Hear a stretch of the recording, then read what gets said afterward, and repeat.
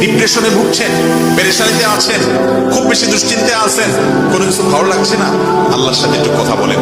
আল্লাহ, আপনি আমার সৃষ্টিকর্তা, আপনি আমার মালিক, আপনার কাছে আমার ফিরে যেতে হবে। আপনার কত অবাধ্য হয়েছি, কত নাফরমানি করেছি, কত সীমা লঙ্ঘন করেছি, কত নির্দেশ অমান্য করেছি, কত নিষেধ লঙ্ঘন করেছি। আল্লাহ, এগুলোর জন্য পাকড়াও করলে আমার কোনো উপায় থাকবে না। মালিক, এখনো নাকের ডগা নিঃশ্বাস আছে, এখনো ক্ষমা চাওয়ার সুযোগ আছে, আপনি ক্ষমা চাইলে ক্ষমা করে দেন। আমি তওবা করছি, আর কখনো নির্লজ্জ কাজ করব না, আপনার নাফরমানি করব না। আপনি আমার অমুক পাপটা মাফ করে দেন, তমুক পাপটা মাফ করে দেন, আমাকে পাপ থেকে বাঁচায় রাখেন। আল্লাহ, আপনি আমাকে হেফাজত করেন। আপনি হেফাজত না করলে আমি নিজে নিজে বাঁচতে পারবো না। মালিক, আপনি রহম করেন। আল্লাহর সাথে একটু কথা বলেন। আল্লাহর কসম, সালহাতুস সঙ্গে বুদি দিল খারাস, আজমুদে এক জামানা খাকে বাস।